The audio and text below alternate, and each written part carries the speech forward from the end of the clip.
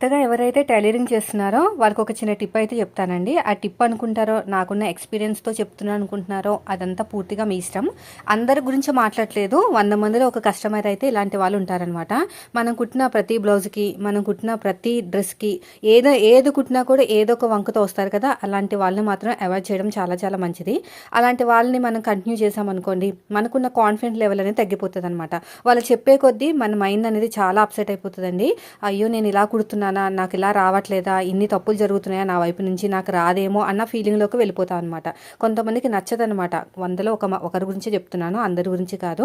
ఎంత బాగా కుట్టినా కూడా వాళ్ళకి సాటిస్ఫాక్షన్ అనేది ఉండదు. అది బై బర్త్ అంతేనండి. మనమేదే కాదు ఏదైనా సరే వాళ్ళకి అంత ఈజీగా నచ్చవనమాట. అలాంటి వాళ్ళని భరించే కన్నా వదిలించుకోవడమే చాలా మంచిది. అలాంటి వాళ్ళు ఒక కస్టమర్ అయితే నేను అలాగే వదిలేసాననమాట. వదిలేసి 3 ఇయర్స్ అవుతుంది. ఇప్పటికి ఇంకా అందరి టైలర్ చుట్టూ తిరుగుతానే ఉంది ఆవిడైతే. ఇంకా సెట్ కాలేదు మరి. ఎందుకో నాకు ఇప్పటికి అర్థం కాదు.